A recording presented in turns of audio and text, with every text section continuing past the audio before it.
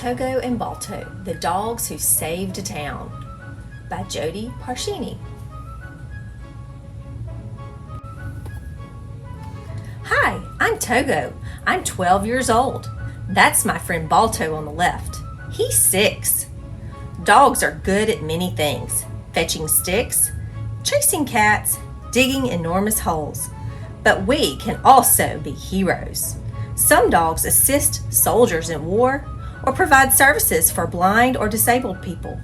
But we help to save an entire town. Balto and I are Siberian Huskies and famous sled dogs. What is a sled dog? For many years, Alaskan natives such as the Athabascans, Inuit, and Ute used dogs as pack animals to carry heavy loads on their backs or to pull their owners' belongings across the frozen ground.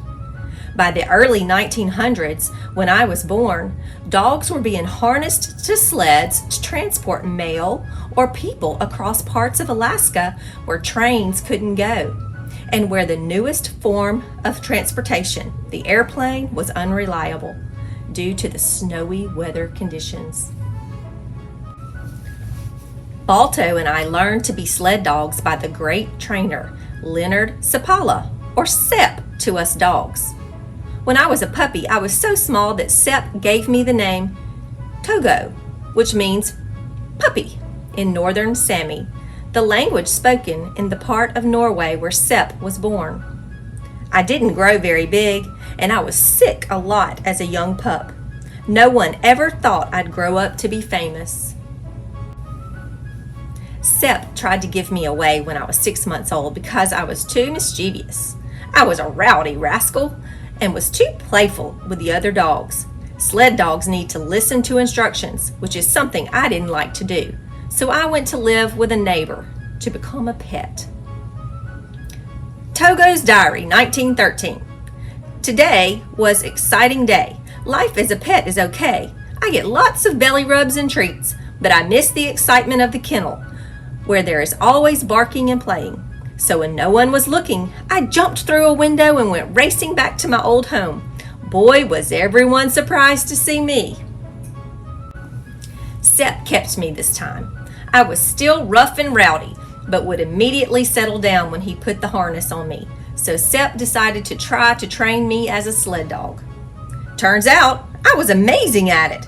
I ran 75 miles on my first day with the sled. Most puppies only manage a few miles. Sep called me a natural lead dog, though it took me a few years to get into that position. Lead dogs steer the team and set the pace. We must be intelligent and loyal and have great stamina and be able to find the trail in bad conditions. When I was 6, Balto was born, and Sep trained him too. Balto's the mostly black dog. He'll be a lead dog soon too. Togo's Diary, summer 1924. Usually we work for mining companies. Gold was found in this part of Alaska in 1898. But Sep says we need to be prepared to pull anything. So we train all winter and summer on tracks or grass when there's no snow.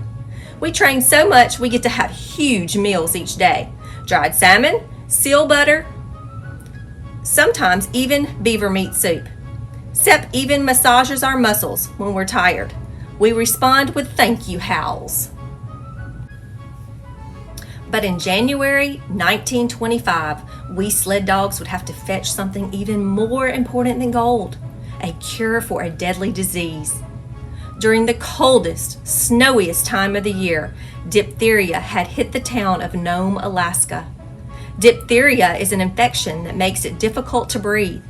It was once the leading cause of childhood death in the world before a vaccine to prevent it was developed. Nome's only doctor didn't have enough of the serum or the medicine to fight it. Many people were already sick, most of them children.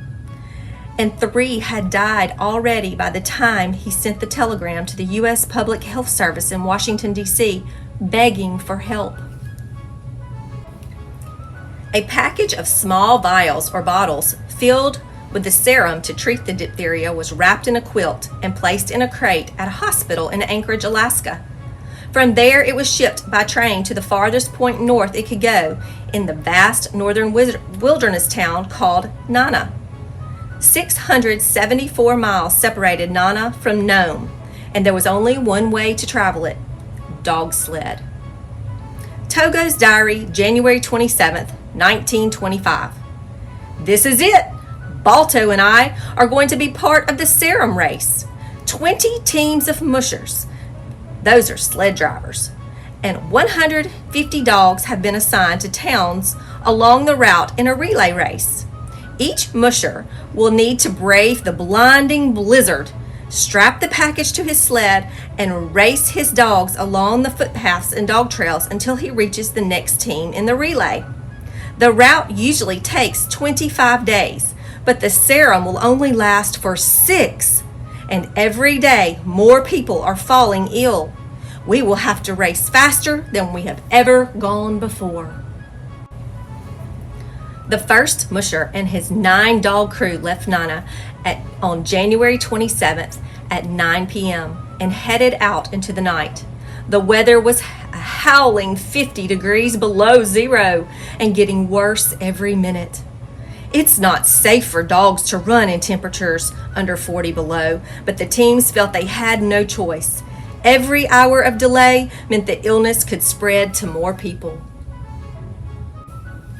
Sepp and his pack, led by me, Togo, had to race 170 miles in the wrong direction just to get to the town where we would be picking up the serum.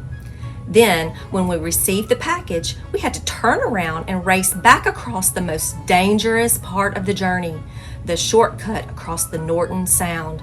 The Sound was the most direct route during winter when it was frozen, but cracks in the ice made it scary to cross. The organizers trusted Sepp with this hazardous part of the journey because he was known as the king of the trail. For years, he had won racing trophies and awards. He had the confidence and experience, but he also had me. Sepp called me the best dog that ever traveled the Alaskan Trail. Oh, I'm blushing. Now it was time to put all those lead dog skills to work. Speed, power, dependability, endurance to the test. The snow was blinding, so I had to rely on my instincts and my knowledge of the trails and the ice. But we made it. We passed the package to the next relay team after a 91-mile trip. Here's where Balto joins the story. Another musher, Gunnar Kasson, took Balto and 12 other dogs the final 53 miles of the journey. At one point, the sled flipped over and the package flew off into a snowdrift. But even with frostbitten fingers, Kasson found the serum, strapped it back on, and raced to Nome. After 674 miles and 5.5 days, the serum had reached its destination. We received a hero's welcome when we all got back to Nome, but more importantly, the sick children all received the serum once it had thawed. The town was saved. Togo's diary, 1925.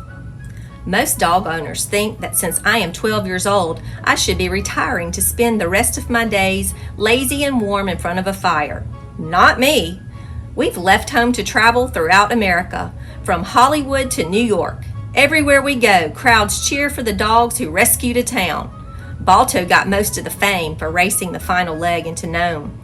He starred in movies and had a statue made of him. But now it's my turn in the spotlight. Maybe we'll get tired of all these parades and parties, but if we do, there's just one more thing we'll want to do: strap on a harness and get racing.